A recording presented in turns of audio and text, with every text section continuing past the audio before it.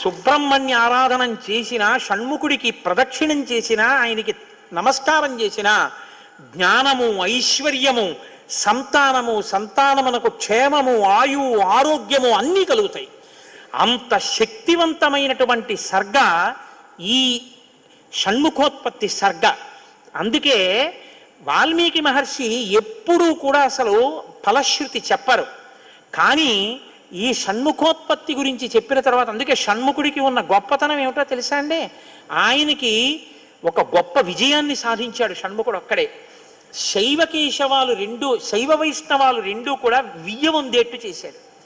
శ్రీవల్లి, దేవసేన ఇద్దరు శ్రీ మహావిష్ణువు యొక్క కుమార్తెలు. ఆయన మేనల్లుడు కదండి, మరి ఏదో పండగ సెలవులకు ఇంటికి వచ్చాడు. ఇంటికి వస్తే లక్ష్మీదేవి ఆయన్ని చూసి అందిట, మురుగన్ అంది. మురుగన్ అంటే మేనల్లుడు అని. మరుమగన్ అన్నట్టు విష్ణువు, మరుమగన్